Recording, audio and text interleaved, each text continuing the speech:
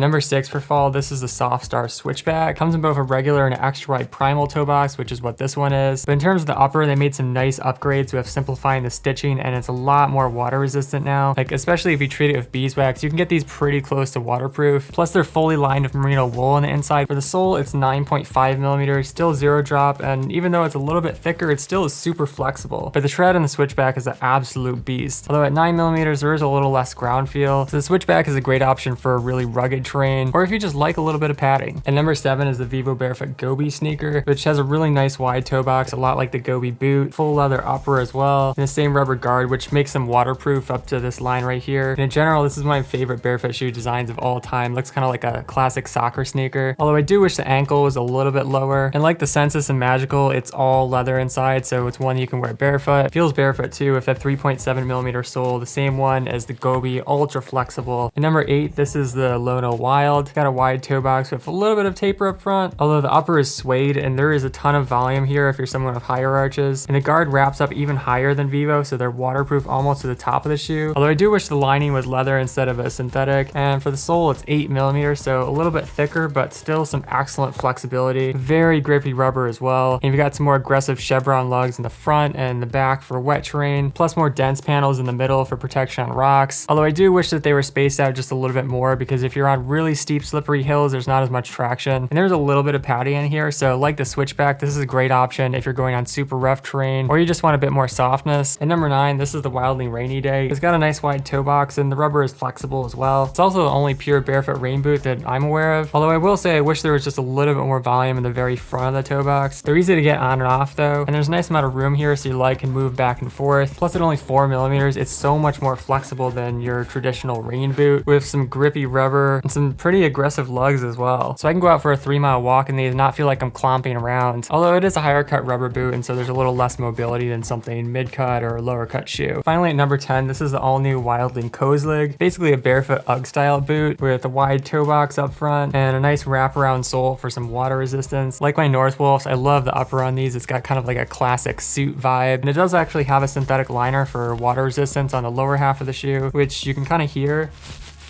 Creates kind of like a subtle crinkle when you're walking, but weirdly I can only hear it when I'm inside. If I'm outside, I don't seem to hear it at all. Although from the stitching here upwards, there's no liner, which I like because the liner can limit the breathability a little bit. So ending it here makes it easy for any excess heat or moisture to escape out the top of the boot. But inside it's fully lined with wool and it's very thick and puffy, so again, it helps with breathability and moisture regulation. And for the sole, it's 3.5 millimeters, super flexible in all directions, and a solid amount of protection for going on roads and light gravel.